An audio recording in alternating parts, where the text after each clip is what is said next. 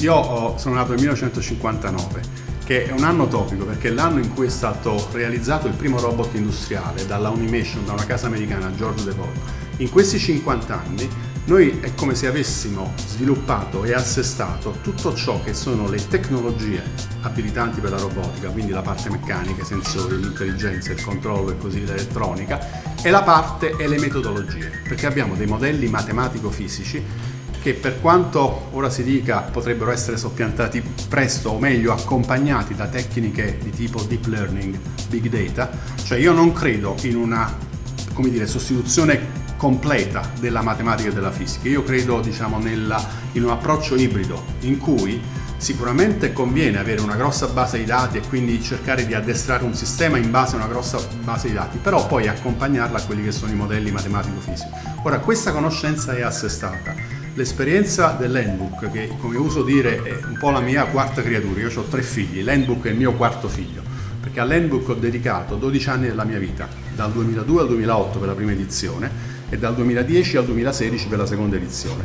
Qual è la nuova frontiera della seconda edizione? È il fatto di avere, come nella parte finale dell'handbook, noi abbiamo concentrato la nostra attenzione su un paradigma, come dire, essenziale, che poi guiderà lo sviluppo della robotica, cioè Life and Robots. L'obiettivo è quello di portare la robotica al servizio della scienza, ed è questo il momento, che è quello che poi porterà i robot del futuro non solo a essere robot di servizio, ma a essere utili per l'umanità.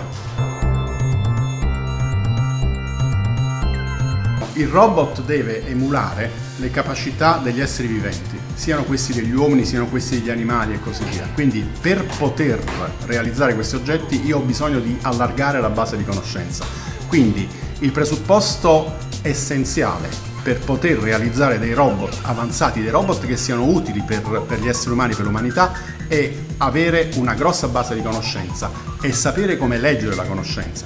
Nel senso, io posso avere il sensore tecnologicamente più avanzato, però quello che manca è l'intelligenza, la fusione sensoriale, il fatto di correlare informazioni sensoriali disparate grazie all'intelligenza, quindi knowledge. Design.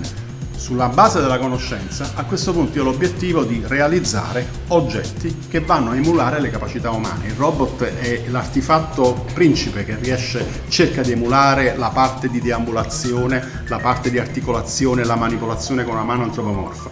E quindi il design deve essere ispirato alla conoscenza. L'interaction. A questo punto, da un lato abbiamo il mondo con tutta la sua conoscenza, dall'altro abbiamo questi oggetti meccatronici, chiamiamoli i robot. È chiaro che nel momento in cui io vado a popolare il mondo con questi oggetti, sorge spontanea una domanda: come vado a gestire l'interazione tra il robot e gli esseri umani, cioè tra la macchina e l'uomo?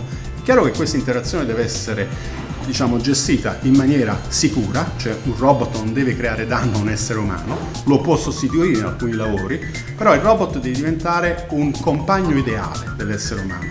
Quindi è uno strumento che viene utilizzato dal chirurgo, è uno strumento che viene utilizzato da un artigiano, è uno strumento che viene utilizzato da qualcuno che cerca di sminare una mina, un ordigno esplosivo e così via. Quindi il robot si pone come strumento collaborativo di interazione con l'essere umano. A questo punto io ho un mondo popolato da esseri umani e da robot. Allora sorgono delle questioni che vanno al di là dell'ingegneria e della tecnologia, e infatti queste questioni riguardano gli aspetti etici, di accettabilità, gli aspetti legali. Perché? Perché nel momento in cui io ho rispetto a un computer un qualcosa che si muove, c'è un pericolo, per cui a un certo punto fa un danno, io che faccio? Faccio causa a chi?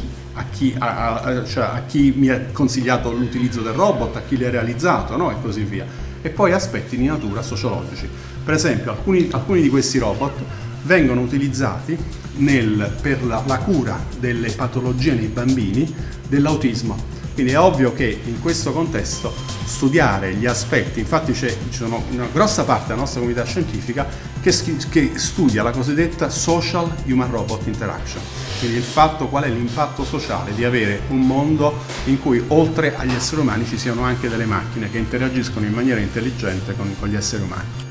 Vi aspettiamo alla Maker Faire, cominciamo venerdì 1 dicembre con The Future Making, noi saremo lì fino a domenica 3 dicembre, non rimarrete delusi, vedete delle cose veramente interessanti che molte volte non si vedono nei filmati che dovete toccare, soprattutto toccherete con mano, questa è la novità, cioè toccare con mano non solo degli oggetti di hobbistica ma anche degli oggetti molto sofisticati. Poi grazie a oggetti come questi che noi potremo portare l'hobbistica e tutte le realizzazioni così a realizzare un concetto, un personal robot, un qualche cosa che poi serva e possa essere in tutti i nostri ambienti. La Maker Faire è il primo passo verso questo sogno che tutti quanti noi condividiamo, che facciamo ricerca con passione in robotica in Italia.